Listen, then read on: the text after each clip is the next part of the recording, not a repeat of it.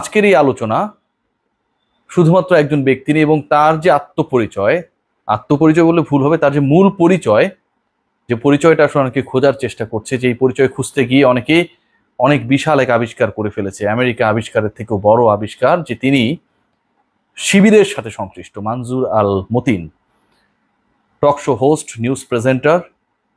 এরপর আমরা দেখলাম মনজুর আল মতিন তিনি আইনজীবী হিসেবে তিনি রিট দায়ের করলেন এবং পরবর্তী সময়ে পুরো আন্দোলনের ডাইমেনশনটা সেটা দিয়ে চেঞ্জ হয়ে যায়। সেই মনজুর আল মতিন একজন শিবির কর্মী, শিবিরের সাথী ছিলেন এবং শিবিরের স্বার্থ বাস্তবায়নের জন্য এই আন্দোলনে তিনি সম্পৃক্ত হয়েছেন। সেই মনজুর আল মতিন যিনি গান, যিনি বাদ্যযন্ত্র বাজাতে পারেন, যিনি নজরুল ভক্ত, যিনি মিছিলে দাঁড়িয়ে থাকেন, সমাবেশে দাঁড়িয়ে থাকেন, যখন ছাত্রদের ছিনিয়ে নেবার চেষ্টা করে পুলিশ কিংবা অন্য কোনো আইন শৃঙ্খলা রক্ষাকারী বাহিনীর সদস্যরা, তখন ঝাঁপিয়ে পড়েন রক্ষার জন্য। সেই মনজুর আল মতিন তিনি শিবির, এবং এই শিবিরের লেভেলটা তিনি পেলেন যখন তিনি টকশো হোস্ট ছিলেন তখন না, যখন তিনি নিউজ প্রেজেন্টার ছিলেন তখন না, তিনি তার ক্যারিয়ারের বড় একটা সময়, প্রায় 15 বছরের কাছাকাছি তো হবেই, আইনজীবী হিসেবে সর্বোচ্চ আদালতে যখন কাজ করেছেন তখন না, যখন তিনি ছাত্রদের পক্ষে দাঁড়ালেন, যখন তিনি জীবনকে লাইফ সাপোর্ট দেওয়ার চেষ্টা করলেন, যখন তিনি সমন্বয়কদের গ্রেপ্তার না করে আটকে রাখার বৈধতা চ্যালেঞ্জ করলেন, ঠিক তখন তিনি শিবির হয়ে গেলেন। এই মনজুর আল মতিন গেল 15 বছরে শিবির হননি।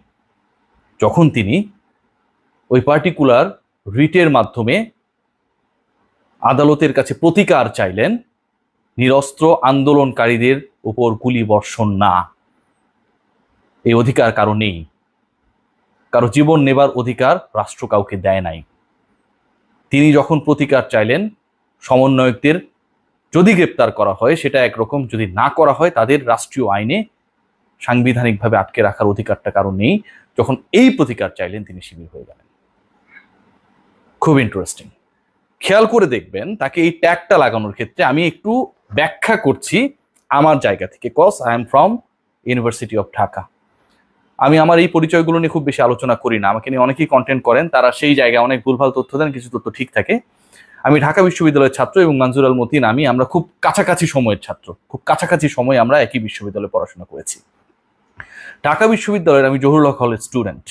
মনজুর আল মতিন, তাকে শিবির ট্যাগ লাগানোর ক্ষেত্রে ব্যবহার করা হয়েছে সার্জেন্ট জহুরুল হক হলের নাম। তিনি সেই হলের আবাসিক শিক্ষার্থী ছিলেনই না, কখনোই ছিলেন না।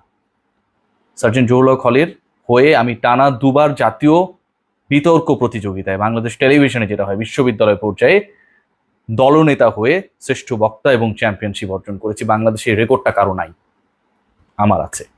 মনজুর আল মতিন তাদের যে বিতর্ক সংগঠন, তিনি যেই ক্লাবের হয়ে বিতর্ক করতেন সেখানটাও তিনি জাতীয় টেলিভিশন বিতর্কে অংশগ্রহণ করেছেন, এবং কখনোই তিনি জহুরুল হক হলের অংশগ্রহণ বা জহুরুল হক হলের ছাত্র অ্যাটাচমেন্ট কোনোটার সাথে তার কোনো সম্পৃক্ততা ছিলই না। শিবির ট্যাগ দিতে গিয়ে তাকে এমনভাবে, মানে তাড়াহুড়ো করে কাজগুলো করা হয়তো, পরিচিত করার চেষ্টা করা হয়েছে। বাংলাদেশের অসংখ্য মানুষ তো এটা জানবে না, এই ট্রু ঘটনাটা জানবে না যে তিনি আসলে কোন হলে অ্যাটাচ ছিলেন। তাকে জহুরুল হক হলের অ্যাটাচমেন্ট দেখানো হয়েছে, বলা হয়েছে, নানাভাবে প্রচার করা হয়েছে। এর থেকেও ইন্টারেস্টিং পার্ট, তার নাম হচ্ছে প্রীতম, পয় দীর্ঘইকার তম, ডাক নাম। তার বাবা মা কিংবা তার আত্মীয় স্বজন কাছের মানুষেরা সেই নাম ধরেই তাকে ডাকেন, আমরাও ডাকি প্রীতম বলি। সেটাকে প্রীতম বানিয়ে দেওয়া হয়েছে। প্রীতম আমাদের একজন গায়ক ছিলেন, প্রীতম এখনো আছেন, প্রীতম বানিয়ে দেওয়া হয়েছে। মজার ব্যাপার কি আপনি জানেন, আপনারা জানেন, এই মনজুর আল মতিন তিনি যেই দাবি জানিয়েছেন, দেখুন না কর্মকাণ্ডটা কি, সেই দাবিটার ক্ষেত্রে খুব ইন্টারেস্টিং একটা ফ্যাক্ট সামনে আসে। সেটা হচ্ছে জীবন রক্ষা করা। যে আন্দোলন হচ্ছে, সেই আন্দোলনে কেউ যদি নিরস্ত্র থাকে, সে যদি তার মতো করে প্রতিবাদ করে, প্রতিকার চায়, রাষ্ট্রের কাছে কোনো কিছুর সমাধান চায়, তার দিকে আপনি অটোমেটিক বা সেমি অটোমেটিক রাইফেল তাক করে গুলি বর্ষণ করতে পারেন না। এটা করার জন্য আমার রাষ্ট্রের, আমার ভাইয়ের, আমার চাচার, আমার মুরব্বীর, আমার ছোট ভাইয়ের রক্তের রাজপথ যেন লাল রঙে না হয়ে যায়, সেটার জন্য কেউ যদি প্রতিকার চায় উচ্চ আদালতের কাছে, সেটার জন্য কি তাকে শিবির করা লাগবে? অথবা যেই এই কাজটা করবেন, যেই ব্যক্তি এই কাজটা করবেন, ধরেন আমি করলাম, আপনি করলেন, অন্য কেউ করলো, সেই কাজটা করা মাত্রই তিনি শিবির হয়ে যাবেন। একবার ভেবে দেখুন যে জীবন বাঁচানোর জন্য, নিরস্ত্র মানুষদের রক্ষা করার জন্য যেই মানুষটা অস্ত্র হাতে না তুলে নিয়ে আদালতের শরণাপন্ন হন, সর্বোচ্চ আদালতের কাছ থেকে সমাধান খোঁজেন, সেই মানুষটা যে কাজটা করেছে সেটা যদি শিবিরের কাজ হয়, তাহলে এই কাজ করা বা এই কাজ যারা করেন না তারা কি এটাই চান যে নিরস্ত্র মানুষ যারা আন্দোলন করবে, প্রতিবাদ জানাবে, একমত হবে না, বাক স্বাধীনতার প্রয়োগ করবে, তাদের উপর গুলিবর্ষণ করা হোক? মঞ্জুর যদি খারাপ হন এই দাবি জানিয়ে, তাহলে যারা এটার বিরুদ্ধে, মঞ্জুরের বিরুদ্ধে, মঞ্জুর আল মতিন শিবির, যেহেতু তিনি এই দাবি জানিয়েছেন, অনেকটা তো সেরকমই ব্যাপারটা, তাহলে ব্যাপার কি দাঁড়াচ্ছে? যারা এই কথাগুলো বলছেন যে শিবিরের মঞ্জুর আল মতিন, তারা কি চান যে এই ঘটনাগুলো ঘটুক, অসংখ্য মানুষের প্রাণহানি ঘটুক, অসংখ্য মানুষের রক্তে রাজপথ রঞ্জিত হোক? তারা কি এটা চান?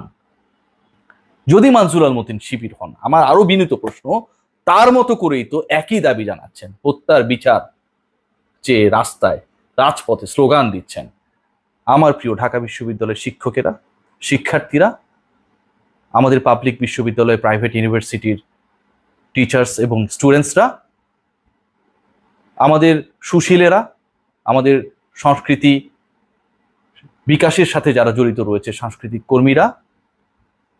আমরা যদি খেয়াল করি যে মামুনুর রশিদের মতো একজন ব্যক্তি রাস্তায় নেমেছেন, মোশাররফ করিম রাস্তায় নেমেছেন, আমরা যদি খেয়াল করি মোস্তফা সরোয়ার ফারুকীরা রাস্তায় নেমেছেন, প্রিন্স মাহমুদরা প্রতিবাদ করছেন, তারা সবাই শিবির। এই বাংলাদেশে এই মানুষগুলো শিবির, কারণ তাদের এবং প্রীতমের, মঞ্জুর আল মতিন প্রীতমের দাবি তো অভিন্ন, একটাই দাবি, রাজপথ রক্তে রঞ্জিত হবে না। এই রাষ্ট্রে আমি আমার সাংবিধানিক অধিকার প্রয়োগ করব, আমার কোনো কিছু পছন্দ না হলে আমি সেটা নিরস্ত্র প্রতিবাদ করব, সেই সময়টায় আমার উপর রাষ্ট্রের কেউ গুলি বর্ষণ করার ক্ষমতা রাখে না, সেই অধিকার রাষ্ট্র কাউকে দেয় নাই। এই বক্তব্য যখন দেন, ঠিক তখন মঞ্জুর যদি শিবির হয়ে যান, তাহলে মামুনুর রশিদ শিবির, প্রিন্স মাহমুদ শিবির, আব্দুল নূর তুষার শিবির, মোশাররফ করিম শিবির, চঞ্চল চৌধুরী থেকে শুরু করে যারা প্রতিবাদ জানিয়েছেন নানাভাবে, নানা আকারে, নানা ইঙ্গিতে, কেউ রাজপথে, কেউ সোশ্যাল প্ল্যাটফর্মকে ব্যবহার করে, তাহলে তারা সবাই শিবির। আপনি তাহলে কে? আমার প্রশ্ন। এই যে আপনি শিবিরের ট্যাগকে নির্দ্বিধায় বিলি বন্টন করছেন, আপনি কে? আপনি চানটা কি?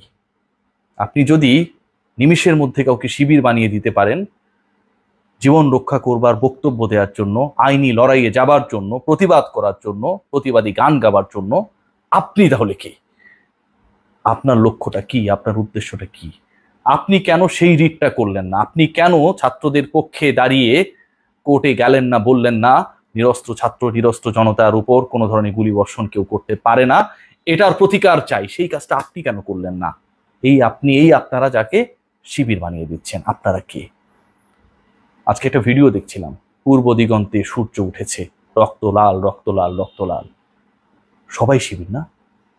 সবাই রক্ত লাল, রক্ত লাল, রক্ত লাল বলে গান গাইছে এবং হত্যার বিচার নিশ্চিত করবার জন্য